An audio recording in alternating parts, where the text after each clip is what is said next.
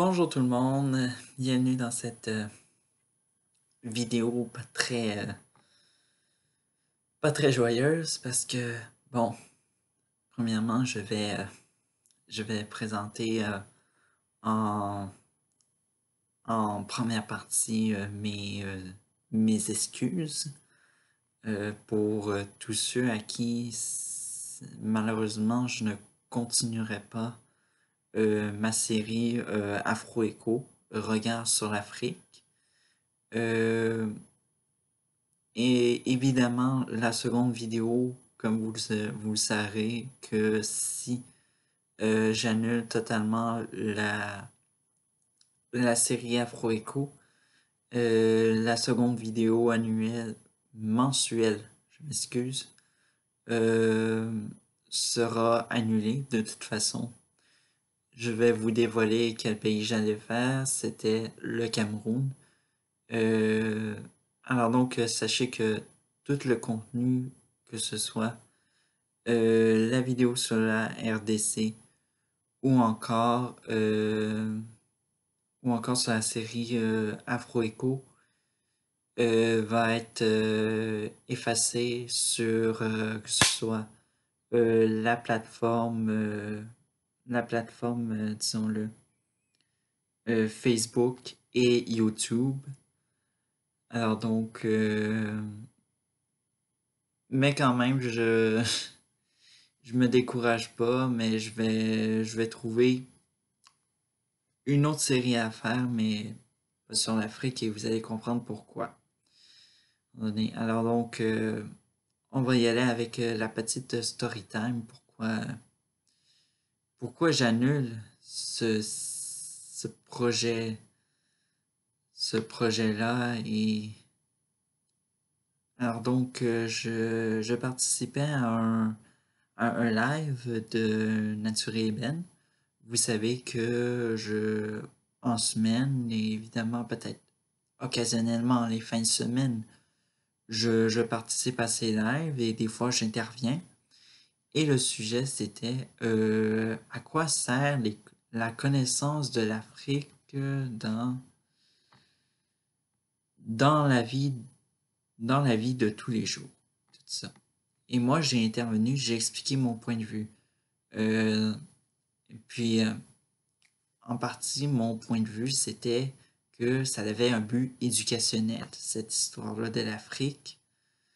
Et puis, Naturi m'a dit, parce que, bon, j'ai parlé de ma vidéo, de ma série que je faisais Afro Echo et tout ça. Et elle m'a dit, Naturi m'a arrêté de parler, elle m'a dit, euh, en gros, euh, tu sais que en faisant ça, tu t'attires des ennuis parce que tu te mets entre deux camps, soit celui des Noirs qui n'apprécient pas que les Blancs parlent de l'Afrique et des suprémacistes blancs, tout ça. Alors donc, vous comprenez un peu la situation en partie parce que euh, ce que Nature Eben m'a dit, en gros, c'est un gros avertissement, une zone un peu dangereuse, tout ça. Et d'ailleurs, dans ses explications, Nature m'a fait un exemple. Donc, un peu dans... C'était peut-être ses années de lycée, mais disons-le que c'est une histoire aussi qui m'a fait un peu apprendre la leçon de ce qu'elle voulait réellement parler. Euh, c'était... elle a, elle a prévenu trois fois un gars blanc qui portait du foubou. Alors donc, toutes les Noirs qui vont regarder ma vidéo, vont savoir c'est quoi foubou et tout ça, mais pour les Blancs, foubou, c'est une marque afro-américaine et qui a été uniquement fait uniquement pour les Noirs. Juste la signification de Fubu, ça veut dire for us, by us. Alors donc, pour nous, par nous. Alors donc, c'est une marque exclusivement réservée aux Noirs. Et si je reviens au niveau du blanc qui portait ça, le Fubu, un jour, il s'est fait tabasser et dépouiller de ses vêtements Fubu. Alors donc, quand la tuerie l'a vu dans cet état-là, elle a dit: «Je t'avais prévenu que Fubu, ce n'est de plus porter du Fubu.» On fait, on fait une autre partie, celle-là c'est du roi Sévia. Parce qu'en même temps, le monde m'a expliqué que ce que je faisais, c'était un petit peu du white savior. Alors donc, pour tous ceux-là, ben, je vais dire du white savior, c'est un peu en traduction rapide du sauveur blanc et tout ça. Alors donc, avec tous ceux-là qui ne savent pas c'est quoi le sauveur blanc, si vous êtes des blancs, parce que oui, je me mets, non seulement je fais des excuses, mais vous savez, en même temps, je mets ma vie en péril, parce que là, j'ai fait quelque chose qui pourrait enrager un camp, et là, je vais parler de quelque chose qui va enrager un autre camp. Alors donc, vous voyez que je suis carrément disons, l'allumette et que mes vidéos, c'est un peu cette vidéo-là plutôt, c'est le bidon d'essence qui va faire que je vais faire un énorme gros feu, je pense, un énorme incendie avec ça. Si je reviens à ça, le White Savior ou le Sauveur Blanc, on le voit un peu partout, ce phénomène-là. Surtout, essentiellement, dans la communauté blanche. Et maintenant, on décrit ceci comme un complexe. Et pour la signification en particulier du White Savior ou sauveur blanc, c'est une personne blanche qui aide une personne non blanche dans le but d'avoir juste de l'attention. Ce que vous avez vu comme les célébrités qui font du charity marketing en Afrique, c'est pas quelque chose qui aide nécessairement. Elle ne va pas aider cette population-là, elle va juste là pour parler, pour expliquer, puis oubliez ça. Oubliez ça, ces infos publicités, surtout de Vision Mondiale, là, oubliez ça. Ne financez pas cette fondation-là. Alors donc, il y a une panoplie d'exemples que je peux vous dire de ça. Le voyage humanitaire, le tourisme humanitaire, le bénévolat à l'étranger, particulièrement en Afrique. Vraiment,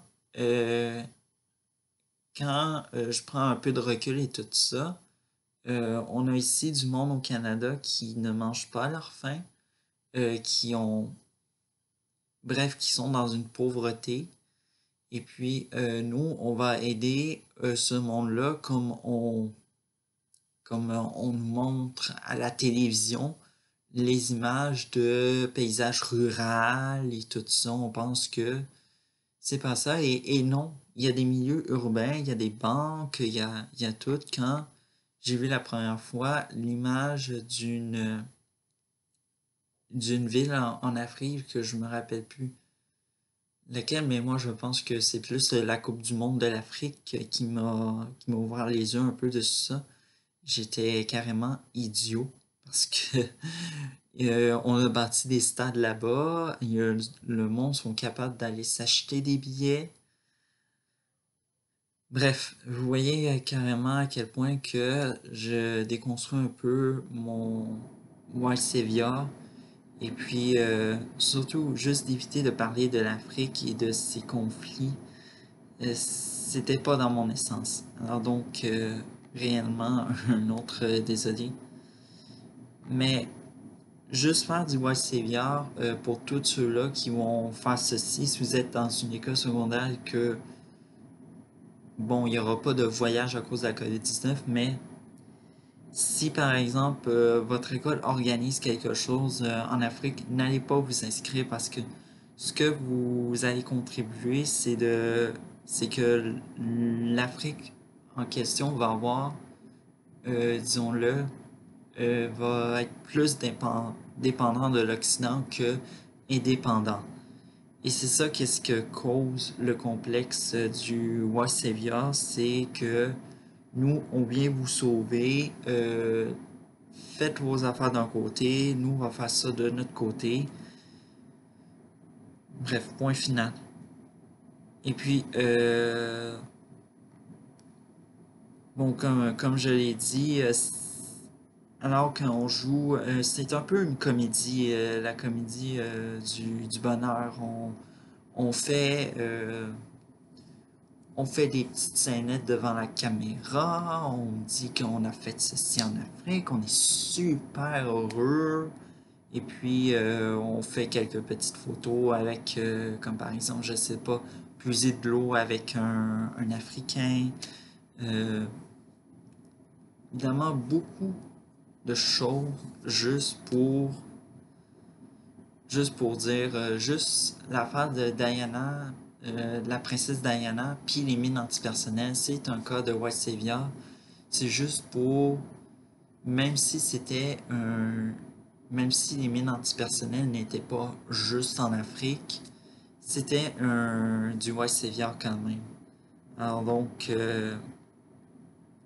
quand même, alors que nous, on est des Occidentaux qui ne mangent pas leur faim, même qui n'ont même pas d'eau, qui n'ont même pas d'aquaduc qui se rend à leur maison ou encore de l'électricité.